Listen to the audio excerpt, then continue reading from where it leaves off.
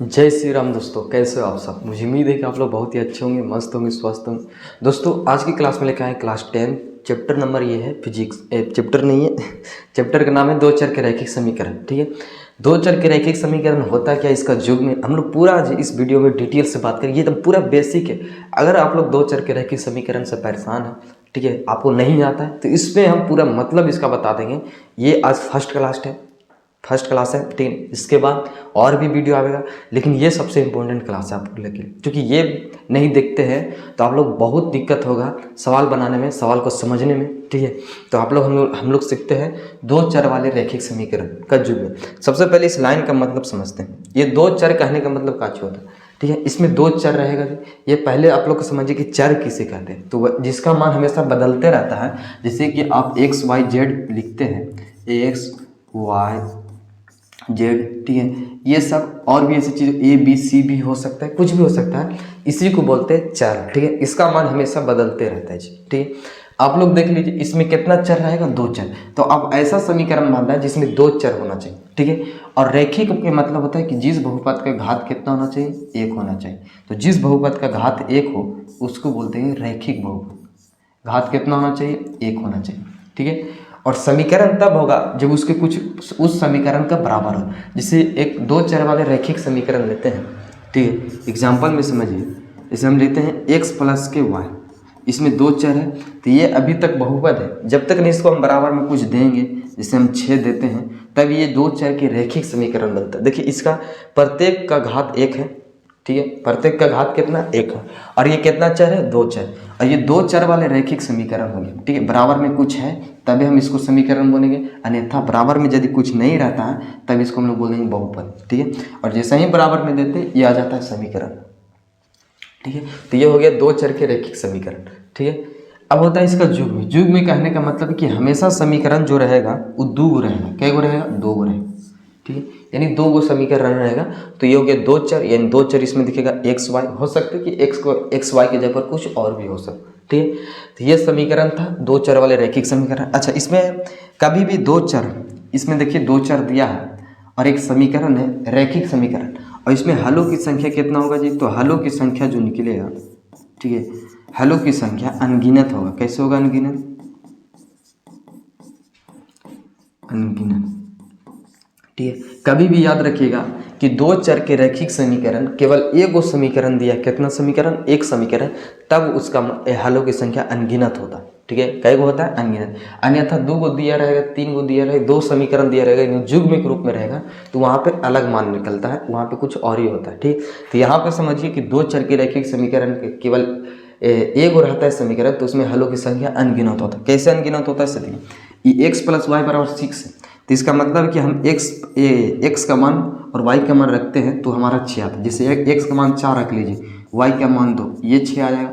हो सकता है कि आप एक्स का मान 2 रखते, वाई का मान 4, तो भी 6 आएगा। अब हो सकता है कि 3 प्लस भी 3 रख सकते, तो भी 6 आएगा। यानी कि ऐसे बहुत सारी संख्या मिलेगा आपको जिसको जोड़ने पर 6 आता। ठीक, तो आप लोग समझिए, इसीलिए हलों की संख्या क्या होता है, अनगिनत होता है।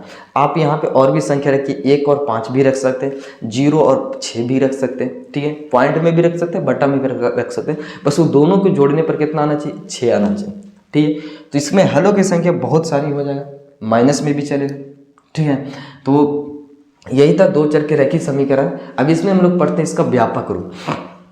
काचे पढ़ते हैं, व्यापक रूप। सबसे पहले इसका जनरल रूप की सहायता से सारा फॉर्मूला, इसलिए सारा चीज़ बनता है। ठीक है, तो अगला टॉपिक हमारा है दो चर के रैखिक समीकरण का व्यापक रूप।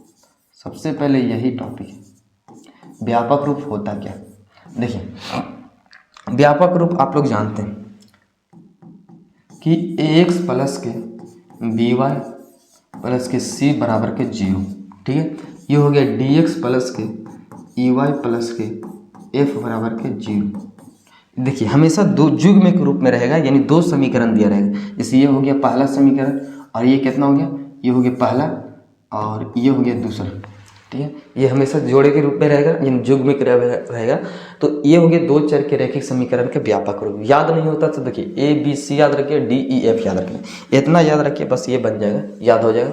हो सकता है कि कितना बच्चा इसे याद करता है, उससे कोई दिक्कत नहीं है। ठीक है, A1 ठीक है, B1 और C1, नीचे याद रखता है A2 B2 और C2, बाकी इसके साथ x y लगा दिया, x और y लगा दिया और प्लस दे दिया, ये भी हो सकता है। ठीक है, ये भी आप A1 A2 B2 B2 C2 याद रख सकते हैं, इससे कोई दिक्कत नहीं है, बस इस रूप में रहना चाहिए। ठीक है, जिसमें दो चर रहना चाहिए और युग्म के रूप में रहना चाहिए। ठीक है, इसी को बोलते हैं दो चर के रैखिक समीकरण का व्यापक। एग्जाम्पल में देखिए, ठीक है, एग्जाम्पल में कुछ इस प्रकार भी हो सकता है, जैसे 6x प्लस के 4y बराबर में 3 भी हो सकता है, या फिर बराबर के इधर हो, या 4x प्लस में 5y बराबर में 6, ये हो गया दो चर के रैखिक समीकरण के व्यापक रूप। ठीक है, व्यापक रूप का मतलब समझते हैं, इसी पर सारा एग्जाम्पल लिखा है, जितना भी क्वेश्चन आएगा सब इस रूप में रहेगा। ठीक है, तो पहले आप लोग दो चर के रैखिक समीकरण के जब भी समीकरण हल कर रहे होंगे तो बस वहाँ पे ये ध्यान देना है कि समीकरण सही से लिखा है कि नहीं। जैसे x के सामने x लिखा है, y के सामने y लिखा है, तब वो समीकरण अच्छा से आंसर आएगा। ठीक है, चलिए, ये हो गया दो चर के रैखिक समीकरण के व्यापक रूप। अब इसमें हम कुछ शर्त पढ़ते हैं जो आप लोग की एग्जाम में बहुत काम आता है, ऑब्जेक्टिव में, सब्जेक्टिव में। ठीक है, देखिए, सबसे पहले हम समझते हैं, 3 स्टेप लिखते हैं। एक में लिखते हैं शर्त, ठीक है, एक में काची लिखते हैं शर्त।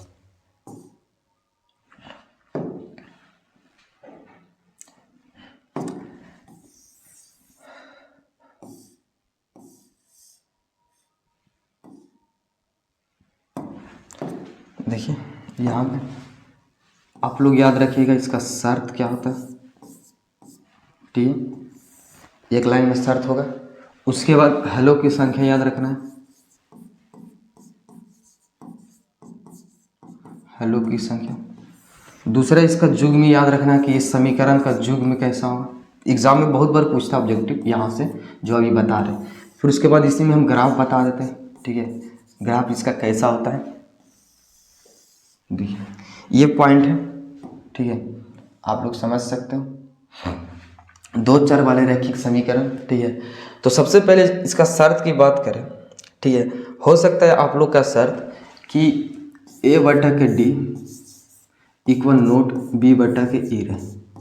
ठीक है, याद रहेगा, a बटा का d इक्वल नोट b बटा के e। इसका मतलब ये होता है, ये हमारा शर्त है, काची है शर्त। a और d कहाँ से आया, तो a और d यहाँ से आया, b और e यहाँ से, तो a बटा के d, यदि आप चेक कर रहे हो a बटा का d इक्वल नोट b बटा के e, यदि ये शर्त होता है तो इसमें हलों की संख्या केवल एक होता है। कितना होता है हलों की संख्या, तो केवल एक हल निकलेगा, केवल एक हल। कितना हल होगा, केवल एक हल। इसको आप या द्वितीय भी बोल सकते हो। ठीक है, नहीं द्वितीय।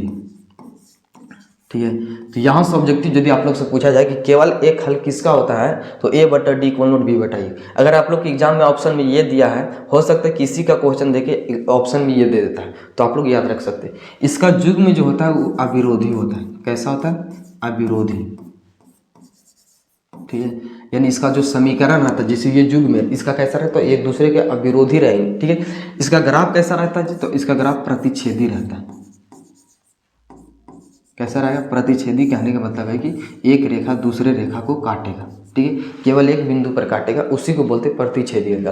तो आप लोग समझिए कि अगर इस चार ऑप्शन में से कोई एक ऑप्शन दे दिया जाए, जैसे कि प्रतिच्छेदी ग्राफ किस समीकरण का होता है, तो अविरोधी का।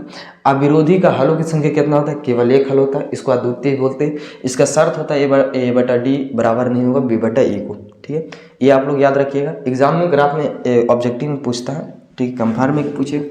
उसके बाद अगला है कि अगर आप लोग से पूछे a बटा के d, ठीक है, बराबर b बटा के e इक्वल नोट c बटा के 1, इस प्रकार है, यानी दो बराबर है, एक बराबर नहीं है, तो इसमें होता है कोई हल नहीं निकलेगा। इसका कोई हल नहीं हो सकता, कोई हल। ठीक है, कोई हल नहीं, कोई हल नहीं होगा। इसका युग्म होगा विरोधी। कैसा होगा, विरोधी। अच्छा, इसका ग्राफ कैसा होगा जी, तो इसका ग्राफ होगा समांतर। कैसा होगा, तो समांतर होगा। समांतर कहने का मतलब कुछ इस प्रकार आता है, यानी दो रेखा आपस में समांतर मिलेगा, एक दूसरे को कहीं पे काटेंगे नहीं। और ग्राफ का हल तब निकलता है जब एक दूसरे को काटते हैं तब। ठीक है, तो यहाँ से ऑब्जेक्टिव पूछ सकता है कि समांतर ग्राफ का युग्म कैसा होता है, विरोधी। विरोधी होता है, इसमें हलों की संख्या क्या होता है, तो कोई हल नहीं होता है। और इसका शर्त क्या होता है, a बटा डी इक्वल नोट b बटा ई, ए बटा डी बराबर b बटा ई इक्वल नोट c बटा ए।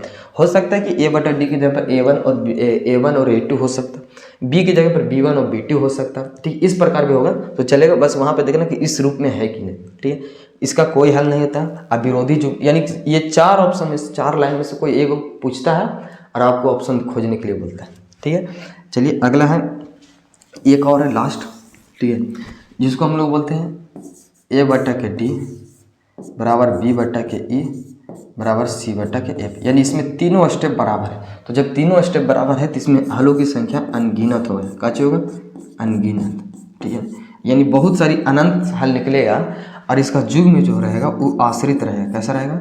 आश्रित, ठीक है, आश्रित रहेगा। इसका ग्राफ हमेशा संपाती होता है। कैसा होता है? संपाती, ठीक है। संपाती रेखा किसे कहते हैं? तो दोनों रेखा एक दूसरे पर हो, देखो इस प्रकार संपाती, मतलब कि एक दूसरे पर होगा, यानी एक दूसरे पर कहने का मतलब कुछ इस प्रकार, जैसे एक रेखा इस प्रकार इसी पर और दूसरा को रेखा इसी पर है, ठीक है, समझिए। दूसरा रेखा भी इसी पर है, ठीक है, इसी को बोलते हैं संपाती रेखा। कौन सा रेखा? संपाती रेखा। संपाती रेखा आप लोग समझ गए, ठीक है। तो यही था ग्राफ, यही था 2 चर के रैखिक समीकरण पर। इस पर क्वेश्चन भी पूछता है, 2 नंबर पे पूछता है, इस शर्त पे कि अविरोधी और विरोधी युग्म दे देता है, जिसमें आप लोग को बताना है कि इसमें कोई हल नहीं होता, तो इसका शर्त क्या होगा, ठीक है। तो आप लोग यहीं तक आज की क्लास है। बाकी आप लोग बता सकते हैं कमेंट में वीडियो कैसा लगा, और नेक्स्ट टॉपिक पे नेक्स्ट वीडियो चाहिए तो आप लोग कमेंट में बता सकते हैं, ठीक है। इससे आगे चाहिए तो मिलते हैं अगले वीडियो में। जय हिंद, जय भारत।